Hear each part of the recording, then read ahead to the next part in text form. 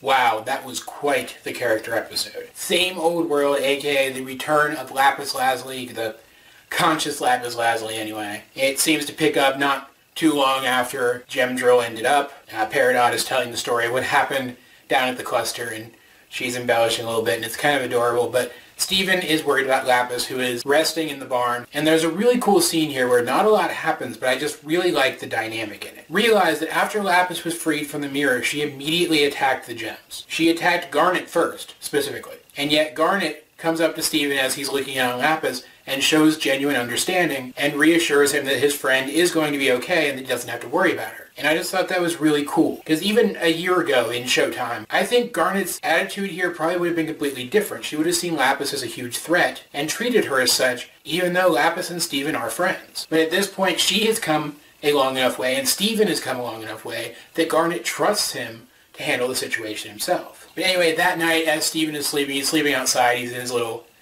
caterpillar sleeping bag. He hears someone stirring and realizes that Lapis is up and she's getting ready to leave. And they have a very brief discussion where she talks about the fact that she doesn't feel like she belongs on Earth, and Steven says he understands that she's always welcome here, but she's also welcome to go wherever she wants, and she takes off into space. Jump cut to the next day when Greg is helping the gems pack up all their stuff and head back to the temple. Peridot's going to be staying behind at the barn, but the rest of them are going back home. Steven decides he'll catch up on Lion, and as he's looking for Lion, because of course Lion ran off again, he spots Lapis Lazuli on top of a grain silo, and he climbs up there to talk to her and learns that she realized she can't actually go back to Homeworld. I mean, last time she was there, they treated her like a prisoner, and now she's forcibly held a Homeworld gem in a fusion to prevent them from carrying out the wishes of Homeworld. She's a criminal. If she goes back to Homeworld, she has no idea what they're going to do to her. I mean, theoretically, she could go to another planet somewhere, but that's still not her home. She really doesn't have anywhere to go. So Steven reassures her that there might be a place on Earth that she would like to call home.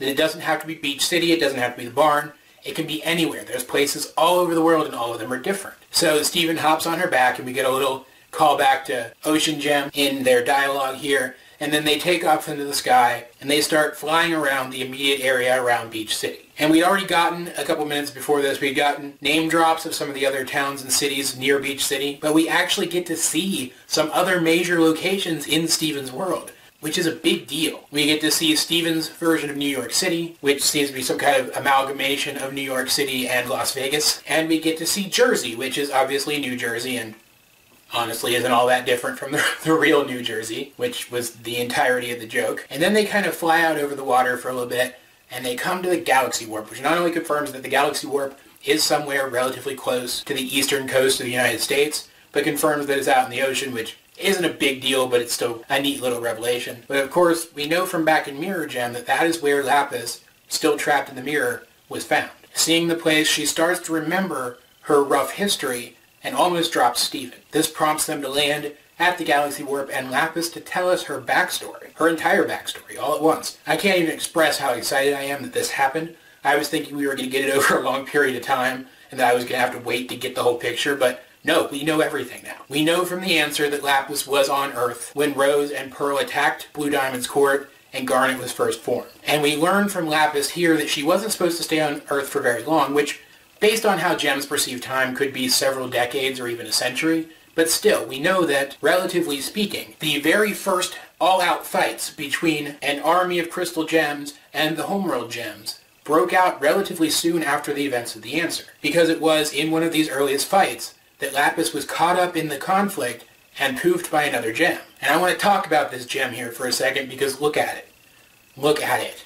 It has a staggered pink gemstone and multicolored hair.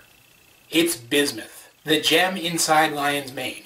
This is her right here. At least, I'm 98% sure that it is. Which means that Bismuth could have been a crystal gem, who poofed Lapis recognizing her as a Homeworld gem, or, based on what we learn immediately afterwards, Bismuth could be a Homeworld gem who mistook Lapis for a crystal gem, poofed her, and then took her gem into custody. Because we do learn that after she was poofed, Lapis was mistaken by Homeworld for a crystal gem and put in the mirror so that she could be used as a tool to locate the rebellion.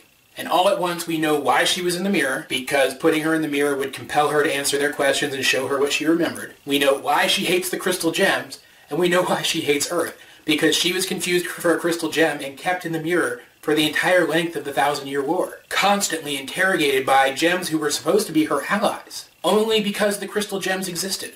There was no other reason this happened. The crystal gems came into existence as a faction, and then this happened to Lapis because of them. And it happened because she was on Earth. If she hadn't come to Earth, none of it ever would have happened.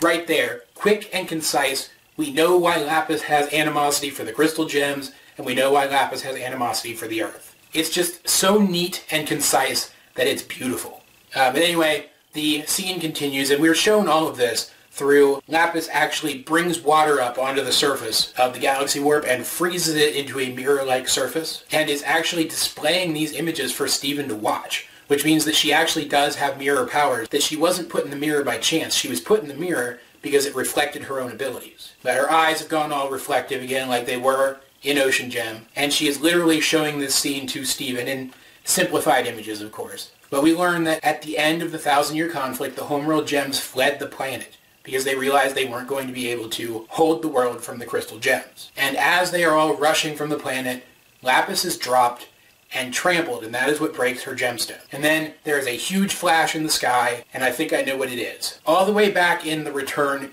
Greg told Steven something that Rose had told him, that Garnet and Pearl, and of course Rose herself, only survived the end of the war because they had Rose's shield to protect them from something. This explosion was very obviously that something. I think it was meant to destroy all the gems that were left on the planet so that the homeworlders could just retreat in peace and wait for the cluster to form, destroy the Earth once and for all, and then they could collect the cluster and use it for whatever they wanted to use it for. But I think whatever they did, they miscalculated, and instead of killing all the gems on Earth, it corrupted them. Which means, because Homeworld called for a retreat, most, if not all, of the corrupted gems are actually crystal gems. For a long time I thought there was some kind of mix, but it doesn't look like there is. But anyway, that's where Pearl eventually found Lapis, and that brings us back to Lapis's history as we already know it. Like I said, it was quick, it was concise, and yet there was so much crammed in there, so many confirmations of things, and new details that brought things into context. It's a real testament to the talent of the writers on this show that they were able to include so much detail, so much context-changing detail, in just a couple minutes of screen time. But now that he understands Lapis's animosity towards the Earth and the crystal gems a little bit better, Steven insists again that she could remain on Earth. And when she says, it's still Earth, it's still not my home, he says, there is no still Earth. The Earth is always changing. And he had done this earlier too. He draws attention to the fact that the leaves are changing, and that causes Lapis to realize that she actually would like to see the planet, that it's fascinating to her and she'd like to see the rest of it. So she decides to stay at the barn. And the episode closes out with both Peridot and Lapis simultaneously realizing that the other one is going to be staying there with them. And Peridot, being Peridot, doesn't understand why it's a big deal. But Lapis, of course, was held captive by Peridot and Jasper. There's a little bit of anger there that, of course, Peridot being Peridot isn't going to see immediately. And now we have our segue into Barnmates next week. Holy guacamole, guys. This was so good. I was so worried that once Lapis came into the show again, they would forget the characterization we'd already gotten for her. That being that she has a very good sense of humor and gets along with Steven incredibly well. And they didn't, and I was so happy to see that. She immediately gets along with Steven, and we get several examples throughout all of this. Even though she is really down on herself and kind of brooding, we get great examples throughout this entire episode of her sense of humor. The characterization in this was just so good. It's got me excited to see more of Lapis. It's got me excited to see more of Steven interacting with Lapis. It's got me excited to see Lapis interacting with all of the other characters. This is just a great episode. There's really nothing more to say about it. But guys, if you have seen this episode, what did you think of it? Let's get a discussion going in the comments section down below. Either way, this has been AJ22, and I will talk to you guys later.